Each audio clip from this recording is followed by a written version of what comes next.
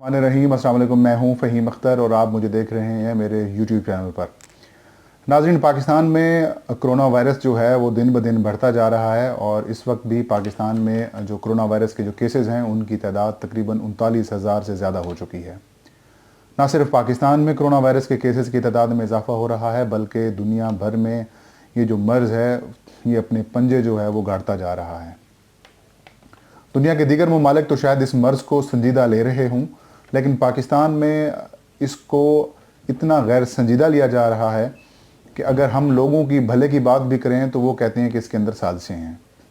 बड़े बड़े मरूफ जो तज्ज़िया निगार हैं, सहाफ़ी हैं और जो कह सकते हैं कि ब्रेन ऑफ द सोसाइटी हैं, वो भी इसमें किसी न किसी तरह से जो साजिशें हैं वो ढूंढने की कोशिश करते रहते हैं। जब से कोरोना वायरस की वबा आई है, रोज़ाना की बुनियाद पर नई थ्योरी सामने आती है कि बिल गेट्स इसमें मुलव्वस हैं, इसमें इसराइल मुलव्वस है, इसमें अमेरिका मुलव्वस है, इसमें चीन मुलव्वस है, चीन और अमेरिका के दरमियान लड़ाई है, बायोलॉजिकल वार चल रही है। ये कोई नहीं देख रहा कि जितनी भी अगर कोई आफत आती है तो वो कुदरत की तरफ से आती है। ये हमारे गुनाह हैं या फिर आजमाइश है या कुछ और मामलात हो सकते हैं, लेकिन ये फितरत बन चुकी है पाकिस्तानियों की भी और वैसे भी ह्यूमन सोसाइटी की कि कोई भी अगर वाक़या होता है तो उसके अंदर से कोई ना कोई साजिशी थ्योरी निकालने की कोशिशें की जाती हैं और इसको संजीदा नहीं लिया जाता। और सूरत हाल ये है, जिस तरह से मैंने अपने इंट्रो में कहा, कि पाकिस्तान में 39,000 से ज़्यादा कोरोना के वायरस के मर्ज़ का शिकार जो लोग हैं वो हो चुके हैं। 834 के करीब पाकिस्तान में इसकी अमवात हो चुकी हैं। खुशाइंद बात यह है कि 10,880 यानी कि लगभग 11,000 के करीब जो पाकिस्तानी हैं वो इससे सेहतयाब भी हो चुके हैं। और जो अगर हम बात करें कि जो टेस्ट की कैपेसिटी है पाकिस्तान में, शुरू में पाकिस्तान में टेस्टिंग कैपेसिटी बहुत ही कम थी, लेकिन अब ये टेस्टिंग कैपेसिटी भी बढ़ती जा रही है और अब रोज़ाना 15,000 से ज़्यादा पाकिस्तानियों के पाकिस्तान भर में जो लैब्स हैं वो टेस्ट कर रही हैं। नाज़रीन, आज इस मौजू को डिस्कस करने का मकसद सिर्फ ये है कि जैसे ही कोरोना आया पाकिस्तान में एक बहस शुरू हुई।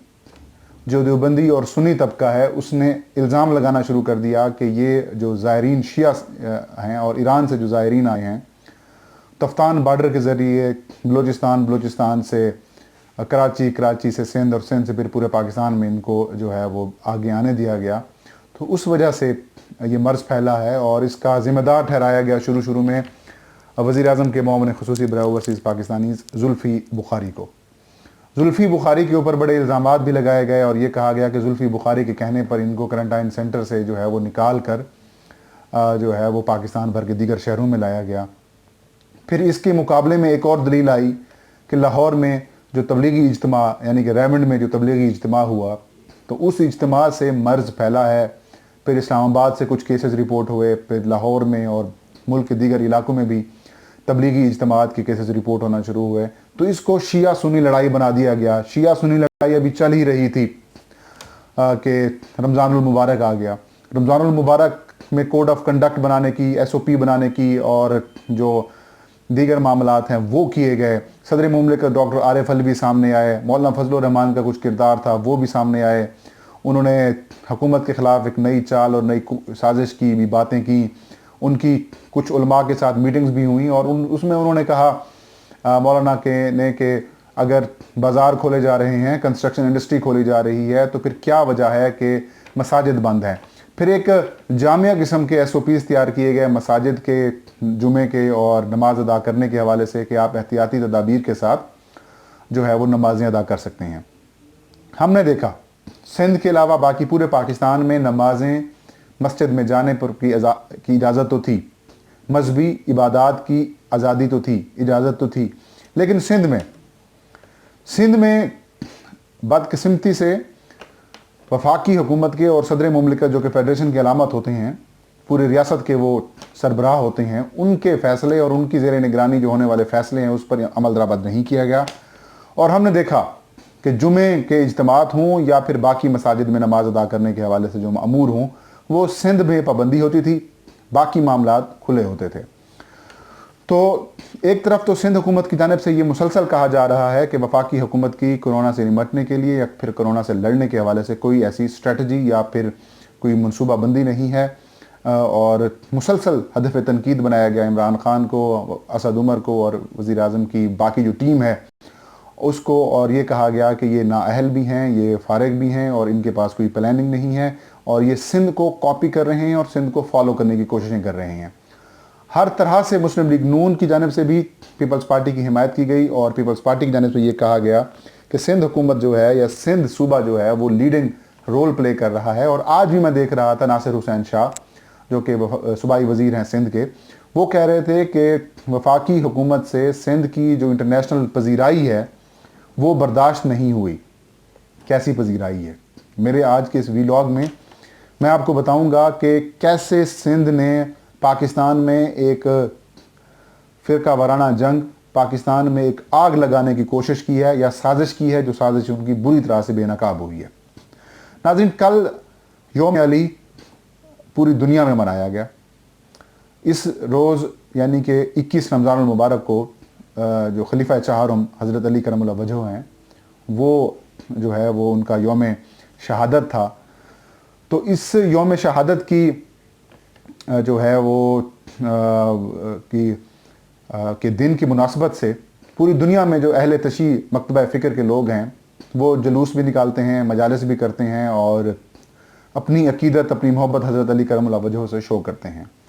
ईरान में भी बड़ी तादाद में, बल्कि मेरे ख्याल में तो मैक्सिमम जो है वो जो अहले तशी मकतबा फ़िक्र है वो हैं। पाकिस्तान में भी इनकी एक अच्छी बड़ी तादाद है, अफ़गानिस्तान में भी मौजूद है, इंडिया में भी मौजूद हैं, बाकी दीगर मुस्लिम ममालिक में भी मौजूद हैं। लगभग हर मुल्क में ये मकतबा फ़िक्र मौजूद है। लेकिन हमने देखा पाकिस्तान में कल, जो कि टीवी चैनल्स पर बदकिस्मती से रिपोर्ट भी नहीं हुआ, पहले तमहीद में यही कहा कि कोरोना वायरस से बचने के लिए हम संजीदा नहीं लेते।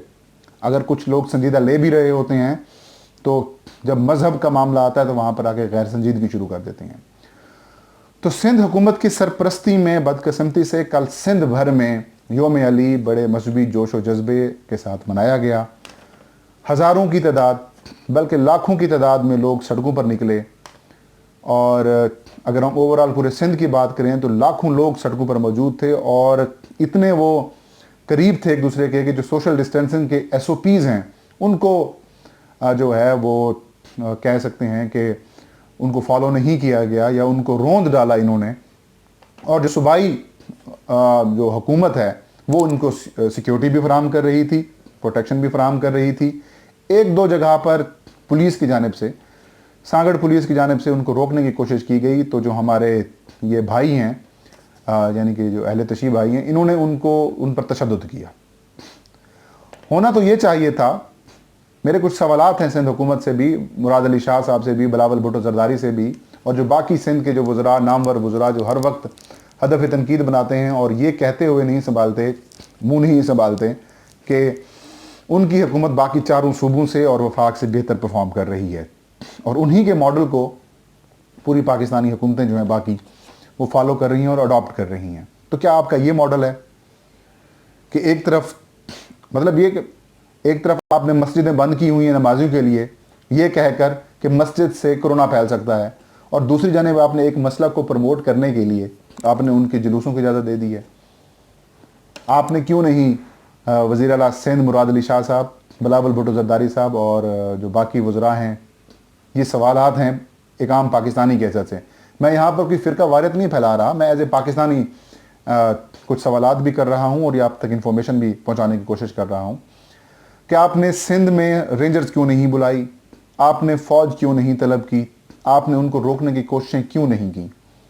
क्या आपने ये तासुर देने की कोशिश की है कि जो हमारे अहले तशी मसलक है या जो यौम अली है वो 5 वक्त की नमाज़ों से और जुमा से ज़्यादा बरतर है या ज़्यादा अफजल है? आपने वफाक की पॉलिसी के तो आप नाकिद रहे हैं, कहीं आपने वफाकी हुकूमत की पॉलिसीज़ के ख़िलाफ़ जो है वो नफ़रत पैदा करने की पूरे पाकिस्तान में कोशिश तो नहीं की?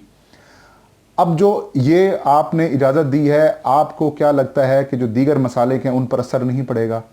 दीगर मसाले के लोग सवालात कर रहे हैं। मैं सोशल मीडिया पर भी पढ़ रहा था और कुछ मसाले के जो लोग हैं उन्होंने मुझे फ़ोन कॉल्स भी की और उन्होंने ये कहा कि सिंध हुकूमत में उनकी इंतज़ामिया की निगरानी में जुलूस निकालने की इजाज़त दी गई है और जो हुकूमती SOPs हैं उनको फॉलो नहीं किया गया।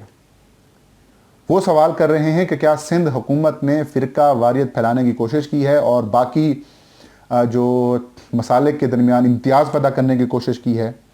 اور آپ کے علم میں ہے کہ آگے عیدین آنے والی ہیں اور ہر حکومت یہ کہہ رہی ہے کہ آپ عید پہ سوشل ڈسٹینسنگ کو فالو کریں گے, تو آپ نے یہاں پہ سوشل ڈسٹینسنگ کو فالو نہ کروا کر کیا تاثر دیا ہے؟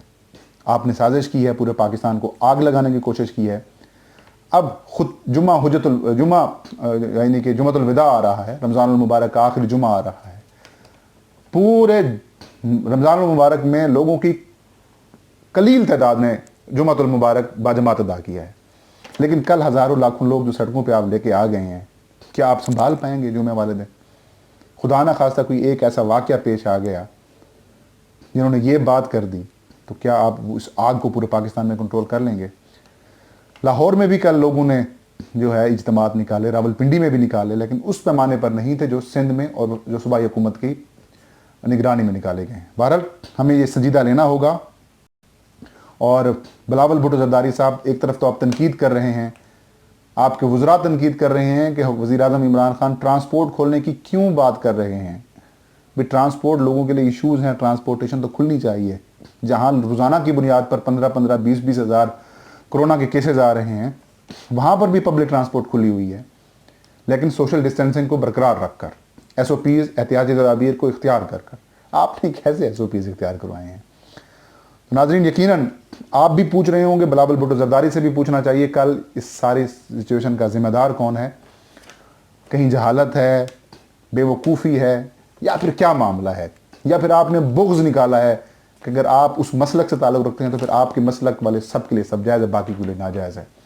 فرقہ واریت کی نظر سے نہ دیکھیں, ایز اے ایگزیکٹو آپ دیکھیں اور اس کا ذمہ دار کا تعین کیا جائے. ناظرین, یہ تھی آج کی ویڈیو. انشاءاللہ نیکسٹ ویڈیو میں نئی خبر اور نئے ایشو کے ساتھ حاضر خدمت ہوں گے. تب تک فہیم اختر کو دیجیے اجازت. اپنا اور اپنے چاہنے والوں کا ڈھیر سارا خیال رکھیں. اللہ ہم سب کا حامی و ناصر ہو.